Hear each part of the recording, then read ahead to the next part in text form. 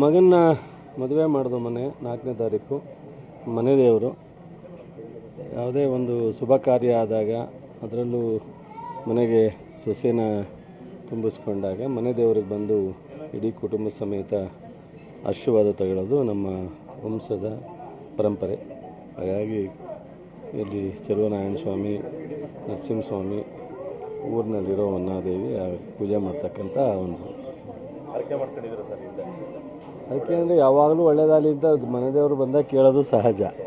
ನಾವು ಏನಕ್ಕೆ ಕೈ ಹಾಕಿದ್ರೂ ಮನೆ ದೇವರಿಗೆ ಒಂದು ಕೈ ಮುಗಿದು ಚುನಾವಣೆ ಆಗಲಿ ಅಥವಾ ಮಕ್ಕಳು ಮದುವೆ ಮಾಡಬೇಕು, ವಯಸ್ಸಿಗೆ ಬಂದಾಗ ಮದುವೆ ಆಗಬೇಕು ಅನ್ನೋದು ಪ್ರತಿಯೊಬ್ಬರು ಆ ರೀತಿ ಸಹಜವಾಗಿ ಸರ್. ರಾಜಕೀಯವಾಗಿ ಈಗ ಸುಮಲತಾ ಬಿಜೆಪಿ ಸೇರ್ಪಡೆ ಆಗಿದ್ದಾರೆ. ನಿಮಗೆಲ್ಲ ಹೊಸದು ಅನಿಸಿರ್ಬೋದು, ನನಗೇನದು ಹೊಸದು ಅಂತ ಅನಿಸಿಲ್ಲ.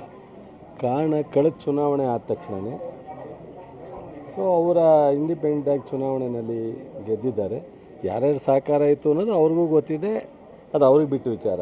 ಕೃತಜ್ಞತೆ ಹೇಳ್ತಾರೋ, ಗ್ರ್ಯಾಟಿಟ್ಯೂಡ್ ಇಟ್ಕೋತಾರೋ, ಯಾರ ಚುನಾವಣೆಯಲ್ಲಿ ಯಾರ್ಯಾರು ಸಹಕಾರ ಪಡ್ಕೊಂಡಿರ್ತಾರೋ ಅವ್ರಿಗೆ ಬಿಟ್ಟು ವಿಚಾರ. ಆಮೇಲೆ ಮಾಡೋರಿಗೆಲ್ಲ ಏನಾಗುತ್ತೆ, ಯಾವುದೋ ಕಾರಣಕ್ಕೆ ಮಾಡ್ತಾರೆ. ಸನ್ನಿವೇಶಗಳು, ಸಂದರ್ಭಗಳು ಅನೇಕ ಕಾರಣಗಳಿಂದ ಮಾಡಿರ್ತಾರೆ. ಹಾಗಾಗಿ ನಾವು ಅವತ್ತೇ ನಿಮಗೆ ಚುನಾವಣೆ ನಂತರನೇ 5 ವರ್ಷ ನಾವು ಯಾವತ್ತೂ ದುಡುಕ್ದಂಗೆ ಹೇಳಿದ್ದೀವಿ. ಅವ್ರಿಗೆ ಬಿಟ್ಟು ತೀರ್ಮಾನ, ಮುಂದೆ ಯಾವುದಾದ್ರು ತೀರ್ಮಾನ ತಗೊಳ್ಳಿ ಅವ್ರಿಗೆ ಬಿಟ್ಟಿದ್ದು ಅಂತ. ಬಹುಶಃ ಈ ಜಿಲ್ಲೆಯಲ್ಲಿ ಅನೇಕ ಜನರು ಸೂಕ್ಷ್ಮವಾಗಿ ಅಬ್ಸರ್ವ್ ಮಾಡ್ತಾರೆ. ಕುಮಾರಸ್ವಾಮಿ ಮಗ ಅವತ್ತು ಅಧಿಕಾರದಲ್ಲಿದ್ದಾಗಲೇ ನಡೆದಂಥ ಕೆಲವು ಅನೇಕ ಸನ್ನಿವೇಶಗಳನ್ನ ಅವಲೋಕನ ಮಾಡಿ ಅವತ್ತು ಸುಮಲತಾ ಅವ್ರಿಗೆ ಸಹಾಯ ಮಾಡೋದು ಯಾಕೆ ಅನ್ನೋದು ಅವ್ರಿಗೆ ಬಹುಶಃ ಬುದ್ಧಿವಂತರಿದ್ದಾರೆ, ಅರ್ಥ ಆಗಿದೆ ಅಂತ ಅಂದ್ಕೊಂಡಿದ್ದೀನಿ. ಮತ್ತು ಅವ್ರ ಜೊತೆಯಲ್ಲಿ ಯಾವ್ಯಾವ ಕಾರ್ಯಕರ್ತರು, ಯಾರು ಸಾರ್ವಜನಿಕರು ನಿಂತಿದ್ರು ಎಷ್ಟು ಗಟ್ಟಿಯಾಗಿ ಅನ್ನೋದು ಅವ್ರಿಗೂ ಗೊತ್ತಿದೆ. ಅದ್ರ ಮೇಲೆ ಇವತ್ತು ಅವ್ರು ಏನು ತೀರ್ಮಾನ ತಗೋತಾರೆ ಅನ್ನೋದನ್ನು ಜನ ತೀರ್ಮಾನ ಮಾಡ್ತಾರೆ. ಅವ್ರಿಗೆ ಬಿಟ್ಟು ವಿಚಾರ. ಅವ್ರ ತೀರ್ಮಾನ ಅವ್ರಿಗೆ ಸ್ವಂತ ನಿರ್ಧಾರಕ್ಕೆ ಯಾವುದೇ ಅಭ್ಯಂತರ ಇಲ್ಲ. ಯಾರು ಯಾಕೆ ತೀರ್ಮಾನ ತಗೊಂಡ್ರಿ ಅಂತ ಕೇಳಲಿಕ್ಕಾಗಲ್ಲ. ತೀರ್ಮಾನ ತಗೊಂಡ್ಮೇಲೆ ಜನರ ತೀರ್ಮಾನ ಜನಕ್ಕೆ ಬಿಟ್ಟಿದ್ದು. ನಾನು ಅವತ್ತು ಯಾರಿಗೆ ಓಟ್ ಹಾಕಬೇಕು ಅನ್ನೋದು ನಮ್ಮ ಜನ ಸಮರ್ಥರಿದ್ದಾರೆ ಅಂತ. ಹೌದು, ಸಾವುಕಾರ ಚೆನ್ನಯ್ಯನವ್ರ ಕಾಲದಿಂದನೂ ಈ ಜಿಲ್ಲೆಯಲ್ಲಿ ಇಡೀ ಇಂದಿರಾ ಗಾಂಧಿ ಸತ್ತಾಗ ಇಡೀ ರಾಜ್ಯದ 27 ಕ್ಷೇತ್ರನೂ ಕಾಂಗ್ರೆಸ್ ಬಂದಾಗ ಅದ್ರ ವಿರುದ್ಧವಾಗಿ ತೀರ್ಮಾನ ಮಂಡ್ಯಕ್ಕೆ ಕೊಟ್ಟಿದ್ದಾರೆ. ಇಲ್ಲ, ಇತಿಹಾಸ ಇದೆ. ಹಾಗಾಗಿ ಎಸ್.ಎಂ. ಕೃಷ್ಣವರು ಭಾಳ ಪ್ರಭಾವಿ ನಾಯಕರು ಈ ರಾಷ್ಟ್ರದಲ್ಲಿ. ಅವರನ್ನು ಶಂಕರೇಗೌಡರು ಬಂದಾಗ ಸೋಲಿಸಿದ್ದು. ಮಾದೇಗೌಡರು ಭಾಳ ಪ್ರಭಾವಿ ಇದ್ದಾಗ ನಮ್ಮ ಅಂಬರೀಷ್ ಅವರು ಸೋಲಿಸಿದ್ದು. ಅಂಬರೀಷ್ ಅವರು ಕಲಾವಿದರಾಗಿ ಇಡೀ ಒಂದು ರಾಜಕೀಯ ವ್ಯವಸ್ಥೆಯಲ್ಲಿ ಬೆಳೆದಾಗ, ನನ್ನಂಥ ಸಾಮಾನ್ಯ ಒಬ್ಬ ಕುಟುಂಬದ ಮಗ ಬಂದಾಗ ಜನ ಗೆಲ್ಲಿಸಿದ್ದು. ಇವೆಲ್ಲ ಮಂಡ್ಯಕ್ಕಿರೋ ಇತಿಹಾಸ ಬಹುಶಃ ಕರ್ನಾಟಕದಲ್ಲಿ ಯಾವುದೇ ಕ್ಷೇತ್ರಕ್ಕೆ ಇತಿಹಾಸ ಇಲ್ಲ. ತೀರ್ಮಾನ ತಗೋಬೇಕಾದ್ರೆ ಭಾಳ ಬುದ್ಧಿವಂತರು ಇದ್ದಾರೆ, ಸಮರ್ಥರು ಇದ್ದಾರೆ, ಸೂಕ್ಷ್ಮವಾಗಿ ನೋಡ್ತಾರೆ. ಯಾವ ಸಂದರ್ಭದಲ್ಲಿ ನಮ್ಮ ಶಕ್ತಿ ನೋಡಿ ತೀರ್ಮಾನ ತಗೊಳ್ಳ, ಅಥವಾ ನಮ್ಮ ಹಣ ನೋಡಿ ತೀರ್ಮಾನ ತಗೊಳ್ಳಲ್ಲ, ಅಥವಾ ನಮ್ಮ ಇನ್ನೊಂದು ಯಾವುದೋ ಬೇರೆ ಥರದ ವ್ಯಾಮೋಹಕ್ಕೆ ಒಳಗಾಗಲ್ಲ. ತೀರ್ಮಾನ ತಗೋಬೇಕಾದಾಗ ಭಾಳ ಸೂಕ್ಷ್ಮವಾಗಿ ಆ ರೀತಿ. ಅದರಿಂದ ಸುಮಲತಾ ಅವ್ರಿಗೆ ಅವ್ರ ತೀರ್ಮಾನ ಅವ್ರಿಗೆ ಬಿಟ್ಟು ವಿಚಾರ. ಅವರ ಹಿಂಬಾಲಕರು ಏನು ತೀರ್ಮಾನ ತಗೋಬೇಕು ಅನ್ನೋದನ್ನು ಯೋಚನೆ ಮಾಡಿ ತಗೋತಾರೆ. ಆ ಚುನಾವಣೆಯಲ್ಲಿ ನಡೆದಂಥ ಎಲ್ಲ ಸನ್ನಿವೇಶಗಳನ್ನ ಗಮನದಲ್ಲಿಟ್ಕೊಂಡು ಈ ಚುನಾವಣೆಯಲ್ಲಿ ಅಂಬರೀಷ್ ಅಭಿಮಾನಿಗಳಿರ್ಬೋದು, ಸುಮಲತನ ಅಭಿಮಾನಿಗಳಿರ್ಬೋದು, ಅವರ ಹಿಂಬಾಲಕರಿರ್ಬೋದು ಸೂಕ್ತವಾದ ತೀರ್ಮಾನ ತಗೋತಾರೆ ಅನ್ನೋ ಭರವಸೆ, ನಂಬಿಕೆ ಇದೆ. ನಾನು ಅದು ಯಾವುದನ್ನು ಇವತ್ತು ತೋಲನ ಮಾಡಲಿಕ್ಕೆ ಹೋಗಲ್ಲ. ನನಗೆ ನನ್ನ ಪಕ್ಷದ ನಾವು ಮಾಡಿರ್ತಕ್ಕಂಥ 10 ತಿಂಗಳು ಯೋಜನೆಗಳು, ಗ್ಯಾರಂಟಿಗಳು, ಅಭಿವೃದ್ಧಿ ಕಾರ್ಯಕ್ರಮ, ಹೊಸ ಯೋಜನೆಗಳನ್ನ ನಾವಿವತ್ತು ಬಜೆಟ್ನಲ್ಲಿ ಘೋಷಣೆ ಮಾಡಿದ್ವಿ. ಶುಗರ್ ಫ್ಯಾಕ್ಟ್ರಿ ಇರ್ಬೋದು, ನಮ್ಮ KRSನಲ್ಲಿ ಪ್ರಪಂಚದ ಒಂದು ಅತ್ಯಂತ ತಂಗುದಾಣ ಮಾಡ್ತಕ್ಕಂಥದ್ದು ಇರ್ಬೋದು, ವಿಶ್ವವಿದ್ಯಾನಿಲಯ ಇರ್ಬೋದು, VC ಅಚ್ಚುಕಟ್ಟಿನಲ್ಲಿ, ಹೇಮಾವತಿ ಅಚ್ಚುಕಟ್ಟಿನಲ್ಲಿ ನಾಲಾ ಅಭಿವೃದ್ಧಿ ಇರ್ಬೋದು. ಇದು ಅನೇಕ ಅಭಿವೃದ್ಧಿ ಕೆಲಸಕ್ಕೆ ನಾವು ಪ್ರಾರಂಭ ಮಾಡಿದ್ದೀವಿ ಮತ್ತು 5 ಗ್ಯಾರಂಟಿ ಕೊಟ್ಟಿದ್ದೀವಿ ಮತ್ತು ರೈತರಿಗೆ ಸಾಕಷ್ಟು ಅನುಕೂಲ ಆಗುವಂಥ ಯೋಜನೆಗಳನ್ನ ಕೊಡ್ತಾಯಿದ್ದೀವಿ. ಇದರೆಲ್ಲ ಹಿನ್ನೆಲೆಯಲ್ಲಿ ಮತ್ತು ಕಾಂಗ್ರೆಸ್ಸು ರಾಷ್ಟ್ರೀಯ ಪಕ್ಷ, ಬಟ್ ನಮ್ಮ ಅಭ್ಯರ್ಥಿ ಸ್ಥಳೀಯವಾಗಿ ಅನ್ನೋದಕ್ಕಿಂತ ಹೆಚ್ಚಾಗಿ ಅವರಿಗೆ ಜೀವನದಲ್ಲಿ ಒಂದು ಹಂತಕ್ಕೆ ಉದ್ಯಮಿಯಾಗಿ ತಲುಪಿದ್ದಾರೆ. ಈಗ ಅವರಿಗೆ ಬಹುಶಃ ನಮ್ಮ ಜೊತೆಯಲ್ಲಿ ತೆರೆಮರೆಯಲ್ಲಿ ಕೆಲಸ ಮಾಡ್ತಿದ್ದವರು ಈಗ ನೇರವಾಗಿ ನಾನು ಯಾಕೆ ಈ ಜಿಲ್ಲೆಯ ಒಂದಷ್ಟು ಜನಕ್ಕೆ ಸೇವೆ ಮಾಡಲಿಕ್ಕೆ ಅವಕಾಶ ಇದ್ದಾಗ ನಾನು ಒಬ್ಬ ಅನ್ನೋನ್ ಪರ್ಸನಾಗಿ ಮಾಡೋದಕ್ಕೂ ರಾಜಕೀಯವಾಗಿ ಮುಂದೆ ಬಂದು ಜನರ ಆಶೀರ್ವಾದ ಪಡೆದು ಮಾಡೋದಕ್ಕೂ ವ್ಯತ್ಯಾಸ ಇರುತ್ತೆ ಅಂತೇಳಿ ಸೊ ಅವರು ಅಪೇಕ್ಷೆ ಪಟ್ಟಿದ್ದಾರೆ. ಅದಕ್ಕೆ ಪಕ್ಷ ಮತ್ತು ನಮ್ಮ ಶಾಸಕರು ಮುಖಂಡರು ಸಹ ಒಪ್ಪಿ ಅವರನ್ನು ಅವಕಾಶ ಮಾಡಿಕೊಟ್ಟಿದೆ. ಬಹುಶಃ ಅವರು ನಮ್ಮೆಲ್ಲರ ಜೊತೆಯಲ್ಲಿ ಸೇರಿ ವೈಯಕ್ತಿಕವಾದಂಥ ಶ್ರಮನೂ ಹಾಕ್ತಾರೆ. ಸೊ ಅವರಿಗೆ ದೇವರು ಜನರ ಆಶೀರ್ವಾದದಿಂದ ಚುನಾವಣೆಯನ್ನು ಗೆಲ್ಲಿಸ್ತಾರೆ ಅನ್ನೋ ನಂಬಿಕೆ ಇದೆ. ಅದರಲ್ಲೂ ಉಪಯೋಗ ಈ ಜಿಲ್ಲೆ ಜನಕ್ಕೆ ಆಗುತ್ತೆ. ಸರ್, ಡಿ ಕೆ ಶಿವಕುಮಾರ್ 100 ರೂಪಾಯಿ ಚದರಾಗೆ ಫಿಕ್ಸ್ ಮಾಡ್ಕೊಂಡಿದ್ದಾರೆ ಬೆಂಗಳೂರಲ್ಲಿ. ನೋಡ್ರಿ, ಒಂದು ನಿಮಿಷ. ಅಪೋಸಿಷನ್ನರಿಗೆ ಚುನಾವಣೆಗಳು ಬಂದಾಗ ಚುನಾವಣೆಗೆ ಅವರ ವೈಯಕ್ತಿಕವಾದಂಥ ಸಾಧನೆಗಳೇನು ಇಲ್ಲದೆ ಇದ್ದಾಗ ಅಪಾದನೆ ಮಾಡ್ತಕ್ಕಂಥದ್ದು ಸಹಜವಾದದ್ದು. ಸೊ ಯಾವ ಕಾಲದಲ್ಲಿ ಎಲ್ಲಿ ಈ ಭ್ರಷ್ಟಾಚಾರ ಇತ್ತು ಇಲ್ಲ ಅನ್ನೋದನ್ನು ಇವತ್ತು ಯಾರು ಹೇಳಲಿಕ್ಕೆ ಸಾಧ್ಯ? ಆದರೆ ಎಷ್ಟರ ಮಟ್ಟಿಗೆ ಇತ್ತು ಅನ್ನೋದನ್ನು ಮಾತ್ರ ಹೇಳ್ಬೋದು. ಅದು ಟೂ ಮಚ್ ಆಯಿತಾ, ಒಂದು ಇತಿಮಿತಿಲಿ ಇದೆಯಾ ಅಂತ ಹೇಳ್ಬೋದು. ಪ್ರಪಂಚದಾದ್ಯಂತ ಇವತ್ತು ಅಮೇರಿಕಾದಲ್ಲೂ ಇದೆ, ಬಟ್ ಅದಕ್ಕೆ ಒಂದು ಇತಿಮಿತಿಲಿ ಇರಬೇಕು. ಸೊ ಡಿ ಕೆ ಶಿವಕುಮಾರ್ ಅವ್ರನ್ನ ಸಹಜವಾಗಿ ಅವರು ಈ ಭಾಗದಲ್ಲಿ ಒಕ್ಕಲಿಗರ ಪ್ರಭಾವಿ ನಾಯಕರು, ಸಿದ್ದರಾಮಯ್ಯನವರು ಇಡೀ ರಾಜ್ಯದಲ್ಲಿ ಮಾಸ್ ಲೀಡರು. ಹಾಗಾಗಿ ಅವರಿಬ್ಬರನ್ನ ಕಟ್ಟಾಕಲಿಕ್ಕೆ, ಅವರಿಬ್ಬರ ಬಗ್ಗೆ ಹೇಳಲಿಕ್ಕೆ ಏನೂ ಇಲ್ಲದೆ ಇದ್ದಾಗ ಈ ಥರದ್ದೆಲ್ಲ ಹೇಳಲಿಕ್ಕೆ ಸಹಜ. ಈಗ ನಿರೀಕ್ಷೆಯಂತೆ ಕುಮಾರಸ್ವಾಮಿ ಅವರು ನಾಮಪತ್ರ ಸಲ್ಲಿಸಿದ್ದಾರೆ. ಹೇಗಿರುತ್ತೆ ಈಗ? ನೀವೇ ನೋಡ್ತಾ ಇದ್ದೀರಲ್ಲ, ಈಗ ನಾವು ಆಲೇ 2 ರೌಂಡ್ 3 ರೌಂಡು ಇಡೀ 8 ಕ್ಷೇತ್ರ ಚುನಾವಣೆ ಪ್ರಚಾರವನ್ನು ನಮ್ಮ ಅಭ್ಯರ್ಥಿ ಮಾಡಿದ್ದಾರೆ. ಈಗ ಪಂಚಾಯಿತಿ ಹಂತಕ್ಕೂ ನೆನ್ನೆಯಿಂದ ಪ್ರಾರಂಭ ಮಾಡಿದ್ದಾರೆ. ಮದ್ದೂರಿನಲ್ಲಿ ಮಾಡಿದ್ದಾರೆ, ಇವತ್ತು ಶ್ರೀರಂಗಪಟ್ಟಣದಲ್ಲಿ ಮಾಡ್ತಾಯಿದ್ದಾರೆ. ನಾವು ನಮ್ಮ ಜನರ ಹತ್ರ ಹೇಗೆ ಹೋಗಬೇಕು ಅನ್ನೋ ನಾವು ಪ್ಲ್ಯಾನ್ ಮಾಡ್ಕೊಂಡು ಚುನಾವಣೆಯಲ್ಲಿ ಗೆಲ್ಲಲಿಕ್ಕೆ ನಾವು ಜನರಿಗೆ ಏನು ಸಂದೇಶ ಕೊಡಬೇಕು ನಾವು ಮಾಡ್ತೀವಿ. ಅವರು ಮಾಜಿ ಮುಖ್ಯಮಂತ್ರಿಗಳು, ಅವರೇನು ನಮ್ಮಂಗೆ ಕಷ್ಟಪಡಬೇಕಾಗಿಲ್ಲ, ಚುನಾವಣೆ ಮಾಡ್ತಾರೆ. ತೀರ್ಮಾನ ಕೊನೆಗೆ ಇಬ್ಬರನ್ನೂ ಒಂದು ಮಿತ್ರ ಪಕ್ಷ JDS ಆ್ಯಂಡ್ BJP ಕಳೆದ ಬಾರಿ ಇದೇ ಕಾಂಗ್ರೆಸ್ ಪಕ್ಷದ ಜೊತೆಲಿ ಹೋಗಿದ್ರು ಅವ್ರ ಮಗನ್ನ. ಈ ಬಾರಿ BJPನ ಜೊತೆಲಿ ಕರ್ಕೊಂಡು ಹೋಗ್ತಾ ಇದ್ದಾರೆ. ಪ್ರತಿ 5-5 ವರ್ಷಕ್ಕೆ ಒಂದೊಂದು ಪಕ್ಷದ ಜೊತೆ ನಿಲ್ಲೋ ಅಂತ, ಅದು ಅವ್ರ ಸ್ವಾರ್ಥಕ್ಕೆ ನಿಲ್ತಾರಾ ಅಥವಾ ಈ ರಾಜ್ಯಕ್ಕೋಸ್ಕರ ನಿಲ್ತಾರಾ, ರಾಷ್ಟ್ರಕ್ಕೋಸ್ಕರ ನಿಲ್ತಾರಾ, ಅವರೇ ಹೇಳ್ಬೇಕು. ನಾನು ಅದನ್ನು ಹೇಳೋಕ್ಕೆ ಹೋಗಲ್ಲ. ಸೊ ಪ್ರತಿ 5 ವರ್ಷಕ್ಕೆ ಒಂದ್ಸಲಿ ಅವರ ನಿಲುವು ಬದಲಾವಣೆ ಆಗುತ್ತೆ ಅನ್ನೋದು ಸ್ಪಷ್ಟ ಗೊತ್ತಾಗ್ತಾ ಇದೆ. ಅದರಿಂದ ಅವ್ರ ಚುನಾವಣೆ ಅವ್ರು ಮಾಡ್ತಾರೆ, ನಮ್ಮ ಚುನಾವಣೆ ನಾವು ಮಾಡ್ತೀವಿ. ಮುಂದೆ ಎಲ್ಲಿ ಹೋಗ್ತಾರೆ ಹಾಗಾದ್ರೆ? ಅದನ್ನ ಅವರೇ ಹೇಳಬೇಕು, ನೀವೆಲ್ಲರೂ ಕೇಳಬೇಕಂತೆ ನೋಡ್ಕೊಂಡು. ಅಲ್ಲ ಸರ್, ಈಗ ರಾಜಣ್ಣ ಒಂದು ಮಾತು ಹೇಳಿದ್ದಾರೆ, ಅಂದರೆ ವಿವಾದ ಆಗಿದೆ. ಅದು ಅಂದರೆ ಸಾಯೋ ಟೈಮಲ್ಲಿ ದೇವೇಗೌಡರಿಗೆ ರಾಜಕೀಯ ಬೇಕಾಗಿತ್ತಾ? ಸಾಕಷ್ಟು ಚರ್ಚೆ ಆಗ್ತಾ ಇದೆ. ನಾನು ದೇವೇಗೌಡರ ಬಗ್ಗೆ ಅಪಾರವಾದಂಥ ಪ್ರೀತಿ, ವಿಶ್ವಾಸ, ಗೌರವ ಇಟ್ಕೊಂಡ್ರೇನು. ರಾಜಣ್ಣವರು ಯಾತಕ್ಕೆ ಕೇಳಿದ್ರೋ ಏನೋ ಗೊತ್ತಿಲ್ಲ. ಅಂದರೆ ಈ ವಯಸ್ಸಿನಲ್ಲಿ ಎಲ್ಲ ಥರದ ಜನ ಅವ್ರಿಗೆ ಆಶೀರ್ವಾದ ಮಾಡಿದ್ದಾರೆ ಏನೋ ನಿಟ್ಟಿನಲ್ಲಿ ಹೇಳಿದ್ರ ಅಥವಾ ಬೇರೆ ಥರದಲ್ಲಿ ಹೇಳಿದ್ರ ಗೊತ್ತಿಲ್ಲ. ಈ ರಾಜ್ಯದ ಜನ ಪ್ರೀತಿ ಮಾಡಿದ್ದಾರೆ ಅವರಿಗೆ. ಸೊ ಈ ವಯಸ್ಸಿನಲ್ಲಿ ಎಲ್ರಿಗೂ ಒಳ್ಳೆಯದಾಗಲಿ ಅಂತ ಆಶೀರ್ವಾದ ಮಾಡೋ ಟೈಮ್ನಲ್ಲಿ ಅವರು ಚುನಾವಣೆ ಮಾಡ್ತಾ ಇದ್ದಾರೆ ಏನೋ ಥರ ಹೇಳಿರ್ಬೋದೇನೋ. ಅದನ್ನು ಇಂಟರ್ಪ್ರಿಟ್ ಮಾಡೋಕ್ಕೆ ಹೋದಾಗ ಏನೇನೋ ಆಗ್ತದೆ, ಅದನ್ನೇ ಹಾಕಿ. ಸರ್, ಕಳೆದ 5 ವರ್ಷದಿಂದ ಚಲುವರಾಯಸ್ವಾಮಿಯವರು ಎಲೆಕ್ಷನ್ ಸ್ಟ್ರಾಟಜಿ ಯಾವುದೂ ಫೇಲ್ ಆಗಿಲ್ಲ. ಈ ಬಾರಿನೂ ಕೂಡ ಯಶಸ್ವಿ ಆಗುತ್ತಾ? ನನ್ನ ಮನೆ ದೇವರು ಚಲುವರಾಯನ ಸ್ವಾಮಿ ಹತ್ರ ನಿಂತಿದ್ದೀನಿ, ನೀವು ಇಲ್ಲಿ ಬಂದಿದ್ದೀರಾ ಆಕಸ್ಮಿಕವಾಗಿ. ನನಗೆ ಯಾವತ್ತೂ ದೇವರು ಪರೀಕ್ಷೆ ಮಾಡಿದ್ದಾನೆ, ಕಷ್ಟ ಕೊಟ್ಟಿದ್ದಾನೆ. ಬಟ್ ಅಂತಿಮವಾದಂಥ ಫಲಿತಾಂಶ ಅಂತೂ ನನ್ನ ಪರವಾಗಿ ಕೊಟ್ಟಿದ್ದಾರೆ. ಈ ಚುನಾವಣೆ ನಾವು ಗೆಲ್ತೀವಿ.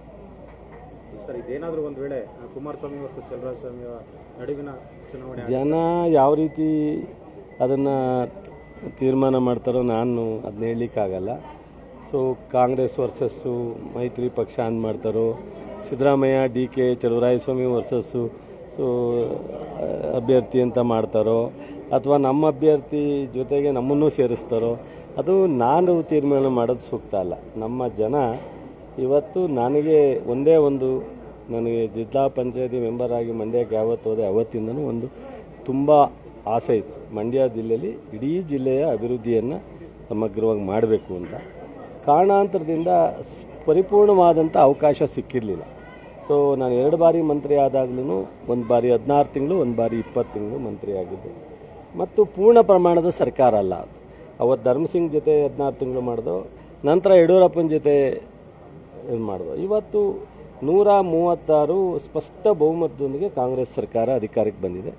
ನನ್ನನ್ನು ಕೃಷಿ ಸಚಿವನಾಗಿ ನಮ್ಮ ಪಕ್ಷ, ನಮ್ಮ ನಾಯಕರಾದ ಸಿದ್ದರಾಮಯ್ಯನವರು, DK ಶಿವಕುಮಾರ್ ಮಾಡಿದ್ದಾರೆ.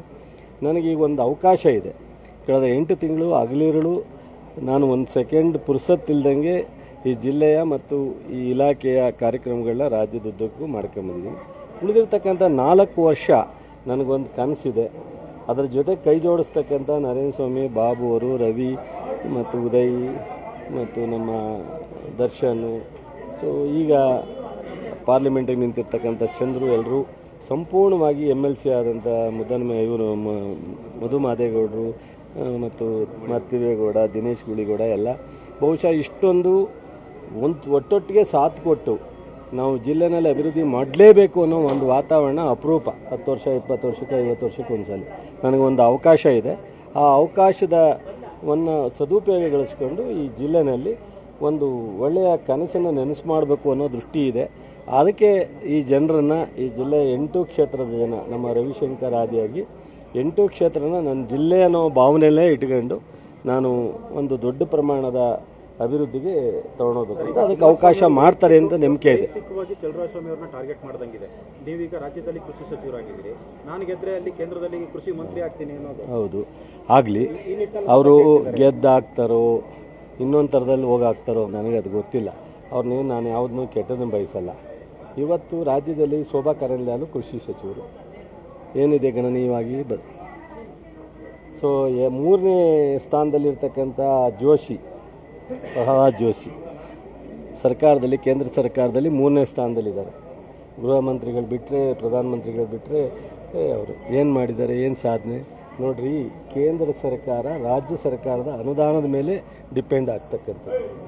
ನಮಗೆ ಇವತ್ತು ಒಂದಷ್ಟು ನನ್ನ ಇಲಾಖೆಯಲ್ಲಿ ಒಂದಷ್ಟು ಗ್ರ್ಯಾಂಟ್ ಕೊಡ್ತಾರೆ. ಯಾವ ರೀತಿ? ನಮ್ಮ 60 ಇದ್ದರೆ ಅವ್ರ ಪಾರ್ಟಿ, ಅವ್ರ 70 ಇದ್ದರೆ ನಮ್ಮ 30 ಕೊಡ್ತಾರೆ. ಅದು ನಮ್ಮ ಸರ್ಕಾರಕ್ಕೆ ಬರುತ್ತೆ. ನಾನೇ ತೀರ್ಮಾನ ತಗೋಬೇಕು, ನಮ್ಮ ಸರ್ಕಾರನೇ ತೀರ್ಮಾನ ತಗೋಬೇಕು, ಮುಖ್ಯಮಂತ್ರಿನೇ ನೇರವಾಗಿ ಕೇಂದ್ರದ ಮಂತ್ರಿಗಳು ಈ ಸರ್ಕಾರವನ್ನು ಬೈಪಾಸ್ ಮಾಡಿ ಈ ಜಿಲ್ಲೆ ಯೋಜನೆ ಮಾಡಲಿಕ್ಕೆ ಸಾಧ್ಯ ಇಲ್ಲ. ಅದು ಕಾನ್ಸ್ಟಿಟ್ಯೂಷನಲ್ಲಿ ಇರ್ತಕ್ಕಂಥದ್ದು. ನಾನು ಅಂತ ಹೇಳ್ಕೋಬೋದು. ಬಟ್ ಆದರೆ ಯಾವತ್ತೂ ಕೇಂದ್ರ ಸರ್ಕಾರ ಏನೇ ಮಾಡಿದ್ರು ರಾಜ್ಯ ಸರ್ಕಾರದ ಜೊತೆಯಲ್ಲೇ ಕೈ ಜೋಡಿಸ್ಬೇಕಾಗತ್ತೆ. ಅದರಿಂದ ಆ ಥರದನ್ನು ಜನಕ್ಕೆ ನಾವು ಏನೋ ಒಂದು ಹೇಳಿ ಕೇಂದ್ರದಲ್ಲಿ ನಾವು ಮಂತ್ರಿ ಆದರೆ ಅದು ಮಾಡ್ತೀವಿ ಇದು ಮಾಡ್ತೀವಿ ಅಂತ. ಹಿಂದೆ ಅಂಬರೀಷು ಮಂತ್ರಿ ಆಗಿದ್ದರು, ಹಿಂದೆ ಭಾಳ ಪ್ರಭಾವಿ ಮಂತ್ರಿ SM ಕೃಷ್ಣವರಾಗಿದ್ದರು. ಸೊ ಇದನ್ನೆಲ್ಲ ಇತಿಹಾಸ ಇದೆಯಲ್ಲ. ನಾವೇನು ಅಷ್ಟು ಸ್ವಲ್ಪ ನಮಗೂ ಜನ ಒಂದಷ್ಟು ತಲೆ ಒಳಗೆ ಸಾಮಾನು ಕೊಟ್ಟವ್ರೆ. ಆಯಿತು, ಹಿಂದೆ ಪ್ರೈಮ್ ಮಿನಿಸ್ಟರ್ ಆದಾಗ ಅವ್ರ ಕೈಲಿ ಅಧಿಕಾರ ಐತಲ್ಲ, ಬರೆದ್ಬಿಟ್ಟು ಹಿಂಗೆ ಸುಪ್ರೀಂ ಕೋರ್ಟ್ ಮುಂದೆ ಒಂದು ಅಫಿಡವಿಟ್ ಹಾಕ್ಬಿಡ್ಬೋದಾಯ್ತಲ್ಲ, ಅದು ಆಯಿತು. ಸೊ UPA ಜೊತೆನಲ್ಲೂ ಇದ್ದು ಅವತ್ತು ಮತ್ತು ಇವತ್ತು ಕಳೆದ 10 ತಿಂಗಳಿಂದ JDS BJP ಜೊತೆ ಹೋಗಿದ್ದಾರಲ್ಲ. ಯಾವತ್ತು ಈ ಇಶ್ಯೂನ ಇವತ್ತು ಸುಪ್ರೀಂ ಕೋರ್ಟ್ ಮುಂದೆ ಇದೆ. ಸುಪ್ರೀಂ ಕೋರ್ಟು ಒಂದು ಇದನ್ನು ಬೋರ್ಡನ್ನು ರಚನೆ ಮಾಡಿದೆ. ಈಗ ಸರ್ಕಾರದಲ್ಲಿಲ್ಲ. ಸರ್ಕಾರ ಒಂದು ನೀರು ಬಿಡಬೇಕು ಬೇಡ ಅನ್ನೋ ಒಂದು ಅಫಿಡವಿಟೇ ಕೊಡೋಕ್ಕಾಗ್ತಾ ಇಲ್ಲ ಮೋದಿಯವರು. ಇವ್ರು ಹೋಗಿ ಕೊಡಿಸ್ಲಿಕ್ಕಾಗತ್ತಾ? ಇದರಿಂದ ನೋಡಿ, ಅವಕಾಶ ಕಳೆದ 60-65 ವರ್ಷ ದೇವೇಗೌಡರು ಸುದೀರ್ಘವಾದಂಥ ರಾಜಕೀಯದಲ್ಲಿ ಬಂದಿದ್ದಾರೆ. ಅನೇಕ ಅಪ್ ಆ್ಯಂಡ್ ಡೌನ್ ಮಧ್ಯದಲ್ಲಿ ಅಧಿಕಾರವನ್ನು ಅವರು ಸ್ಥಾನದಲ್ಲಿ ಕೂತಿದ್ದಾರೆ. ಯಾವತ್ತೂ ಆಗದೆ ಇರೋದು ದೇವೇಗೌಡರೇ ಮಾಡೋಕ್ಕಾಗದೇ ಇರೋದು ಕುಮಾರಸ್ವಾಮಿ ಅವರು ಹೋಗಿ ಮಾಡ್ತೀನಿ ಅಂದರೆ ಅದು ಅವರು ಚುನಾವಣೆ ಟೈಮ್ನಲ್ಲಿ ಏನು ಹೇಳಬೇಕೋ ಹೇಳ್ತಾರೆ. ಅದರಿಂದ ನಾನು ಏನೇನೋ ಹೇಳ್ಬೋದು, ನಮ್ಮ ಕೈಲಿ ಏನಾಗುತ್ತೆ ಅದನ್ನು ಮಾತ್ರ ಹೇಳಲಿಕ್ಕೆ ಸಾಧ್ಯ. ಅದೇ ಅವರೇ ಒಪ್ಕೊಂಡಿದ್ದಾರಲ್ಲಪ್ಪ, ಒಂದು ಅಭಿವೃದ್ಧಿ ಆಗಿಲ್ಲ ಅಂತ. ಇಲ್ಲಿವರೆಗೂ ಅಭಿವೃದ್ಧಿ ಮಾಡದೇ ಇರೋರು ಇವತ್ತು ನಾವು 10 ಜನ ಇದ್ದಾಗ ಅವ್ರು ಒಬ್ಬರು ನಿಂತ್ಕೊಂಡು ಏನು ಅಭಿವೃದ್ಧಿ ಮಾಡಲಿಕ್ಕಾಗುತ್ತೆ? ನಮ್ಮ ಜೊತೆಲಿ ಸೇರಿದವ್ರು ಅಭಿವೃದ್ಧಿ ಮಾಡ್ಬೋದು, ದೂರದಲ್ಲಿ ಇದ್ಕೊಂಡು ಅಭಿವೃದ್ಧಿ ಹೆಂಗೆ ಮಾಡೋಕ್ಕಾಗುತ್ತೆ? ನೀವೇ ಯೋಚನೆ ಮಾಡಿ. ಸಹಜ ಅಲ್ವಾ? ಈಗ ನಾವು 10 ಜನ ಇದ್ದೀವಿ, MLA MLC MP ಎಲ್ಲ ನಾವು 10 ಜನ ಸೇರ್ ಮಾಡೋದು ಹೇಗಿದೆ? ಅವ್ರು ಒಬ್ಬರು ಬಂದು ಸೊ ಮಾಡಬೇಕು. ಈ ವಿತೌಟ್ ಸ್ಟೇಟ್ ಗೌರ್ಮೆಂಟ್ ಯಾರೂ ಏನೂ ಮಾಡಲಿಕ್ಕೆ ಸಾಧ್ಯ ಇಲ್ಲ ಅನ್ನೋದು ಗೊತ್ತಲ್ಲ. ಸೊ ಅದರಿಂದ ನಮ್ಗೆ ಅವಕಾಶ ಇದೆ, 4 ವರ್ಷ ಮಾಡ್ತೀವಿ. ಅದಾದಮೇಲೆ ಏನು ಚೇಂಜ್ ಮಾಡೋದಿದ್ರೆ ನಮ್ಮ ಜನ ಇವತ್ತಿಂದನೇ ಸ್ಟಾರ್ಟು. ಅವರು CM ಆದ ಅವಧಿನಲ್ಲಿ ಯಾವತ್ತೂ ಕೂಡ ಕೇಂದ್ರದ ಹತ್ರ ಕೈ ಚಾಚಿಲ್ಲ. ಮತ್ತು ಇವತ್ತು ಕೈ ಚಾಚ್ತೀನಿ ಅಂತ ತೀರ್ಮಾನ ಮಾಡಿದ್ದಾರೆ. ಅಲ್ಲೆಲ್ಲ ಒಂದು ನಿಮಿಷ, ಇವತ್ತು ಕೈ ಚಾಚ್ತಾರಂತ ಅದು ಗೊತ್ತಿಲ್ಲ ಅವರು ಯಾಕೆ ಕೈ ಚಾಚ್ತಾರೆ ಅಂತ. ಯಾರಿಗೂ ಕೈ ಚಾಚುವಂಥ ಸರ್ಕಾರಕ್ಕೆ ನಮ್ಮ ಕರ್ನಾಟಕಕ್ಕೆ ಅವಶ್ಯಕತೆ ಇಲ್ಲ. ನಮ್ಮ ಹಕ್ಕನ್ನು ನಾವು ಕೇಳ್ತೀವಿ ಅಷ್ಟೇ. ಕಾನ್ಸ್ಟಿಟ್ಯೂಷನಲ್ಲಿ ಇವತ್ತು NDRFನಲ್ಲಿ ಕೊಡಬೇಕಾದನ್ನು ಕೊಡಬೇಕು. ನಮ್ಮ ಟ್ಯಾಕ್ಸ್ 4.5 ಲಕ್ಷ ಟ್ಯಾಕ್ಸ್ ಕಟ್ತೀವಿ, ಅವ್ರು 50,000 ಕೊಟ್ಟಿದ್ದಾರೆ. ಉಳಿದದನ್ನು ನಮ್ಮ ಯೋಜನೆಗಳಿಗೆ ಒಂದಷ್ಟು ಕೊಡ್ತಾರೆ. ಕೇಂದ್ರ ಸರ್ಕಾರದಲ್ಲಿ ಒಂದು ಸರ್ಕಾರದ ಇದಕ್ಕೋಸ್ಕರ ಒಂದಷ್ಟು ಉಪಯೋಗಿಸ್ಕೋತಾರೆ, ಗೊತ್ತಾಯ್ತಾ, ಸ್ಟೆಬಿಲಿಟಿಗೋಸ್ಕರ. ಅದರಿಂದ ಇದನ್ನು ಡಿವೈಡ್ ಮಾಡ್ತಾರೆ. ಎಲ್ಲ ರಾಜ್ಯ ಸರ್ಕಾರದ ಟ್ಯಾಕ್ಸನ್ನು ಕೇಂದ್ರಕ್ಕೆ ಎಷ್ಟು ಇಟ್ಕೋಬೇಕು, ಪುರಸ್ಕೃತ ಯೋಜನೆಗೆ ಎಷ್ಟು ಕೊಡಬೇಕು, ನೇರವಾಗಿ ಎಷ್ಟು ಕೊಡಬೇಕು ಅನ್ನೋದನ್ನು ಕಾನ್ಸ್ಟಿಟ್ಯೂಷನಲ್ಲಿದೆ. ಮತ್ತು ಪ್ರತಿ ಹಣಕಾಸಿನ ಯೋಜನೆಯನ್ನು ಪ್ರಾರಂಭ ಮಾಡ್ತಾರೆ. ಅದರಲ್ಲಿ ಎಲ್ಲ ರಾಜ್ಯದ ಒಬ್ಬೊಬ್ಬರು ಮೆಂಬರ್ ಇರ್ತಾರೆ. 15ನೇ ಹಣಕಾಸಿನ ಯೋಜನೆ ಆಗಿದೆ, ಈಗ 16ನೇ ಹಣಕಾಸಿನ ಯೋಜನೆ ರಚನೆ ಆಗಿದೆ, ತೀರ್ಮಾನ ಮಾಡೋದು. ಇದ್ರ ಹಿನ್ನೆಲೆಯಲ್ಲಿ ನಾವು ತೀರ್ಮಾನ ಮಾಡೋದು. ನಾವು ಅವ್ರಿಗೆ ಭಿಕ್ಷೆ ಬಿಡ್ತಾ ಇಲ್ಲ, ನಮ್ಮ ಹಕ್ಕನ್ನು ನಾವು ಕೇಳ್ತಾ ಇದ್ದೀವಿ. ಸ್ಟಾರ್ ಪ್ರಚಾರಕರು ಯಾರು ಬರ್ತಾರೆ ಸರ್? ನೋಡಿ, ಸಿದ್ದರಾಮಯ್ಯನವರು, ಡಿ ಕೆ ಅವರು ಈಗ ಆಲ್ರೆಡಿ ಮಳವಳ್ಳಿ ಮಂಡ್ಯ ಮುಗಿಸಿದ್ದಾರೆ. ಮತ್ತೊಂದು ಪ್ರೋಗ್ರಾಮು ನಾಗಮಂಗಲ, ಕೆ ಆರ್ ಪೇಟೆ, ಕೆ ಆರ್ ನಗರ ಕೊಡ್ತಾ ಇದ್ದಾರೆ. ಮಂಡ್ಯ ಭಾಗದಲ್ಲಿ ನಮ್ಮ ಮದ್ದೂರು ಶ್ರೀರಂಗಪಟ್ಟಣ ಕ್ಷೇತ್ರಕ್ಕೆ ಡಿ ಕೆ ಶಿವಕುಮಾರ್ ಬರ್ತೀನಿ ಅಂತ ಹೇಳ್ತಿದ್ರು, ಎಂ ಬಿ ಪಾಟೀಲ್ ಬರ್ತೀನಿ ಅಂತ ಹೇಳ್ತಿದ್ರು, ಇನ್ನಿತರೆ ಮಹದೇವಪ್ಪನವರು ಎಲ್ಲರೂ ಯಾರ್ಯಾರು ಸಾಧ್ಯನೋ ಬರ್ತಾರೆ. ಮತ್ತು ರಾಷ್ಟ್ರದ ನಾಯಕರು ಬರ್ಬೋದು. ನಾನು ಇವತ್ತು ಇನ್ನೂ ಡಿಸೈಡ್ ಆಗದೆ ಇರೋದ್ರಿಂದ ಹೇಳಲಿಕ್ಕಾಗಲ್ಲ. ರಾಹುಲ್ ಗಾಂಧಿಯವರು ಆಗಲಿ, ಮಲ್ಲಿಕಾರ್ಜುನ್ ಖರ್ಗೆ ಆಗಲಿ, ಪ್ರಿಯಾಂಕ್ ಗಾಂಧಿ ಆಗಲಿ, ಯಾರು ಒಬ್ಬಿಬ್ಬರು ಬರ್ಬೋದು. ಅಥವಾ ಈಗಲೇ ನಾನು ಯಾವುದನ್ನು ನಿಖರವಾಗಿ ಹೇಳಿ ಸರ್, ಸಿನಿಮಾದವರು ಅಂತ ರಮ್ಯಾ ಏನಾದರೂ ಬರ್ತಾರೆ? ಆ ಥರದ್ದು ಯಾವುದನ್ನು ನಾನು ಪಟ್ಟಿ ಮಾಡಿಲ್ಲ. ಮುಂದೆ ಯಾರು ಅವಕಾಶ ಇದ್ದರೆ ರಮ್ಯಾನೂ ಬರ್ಬೋದು, ಅಥವಾ ಯಾರ್ಯಾರು ಬರ್ತಾರೆ ಅನ್ನೋದನ್ನು ಪಕ್ಷ KPCCನಲ್ಲಿ ತೀರ್ಮಾನ ಮಾಡ್ತಾರೆ.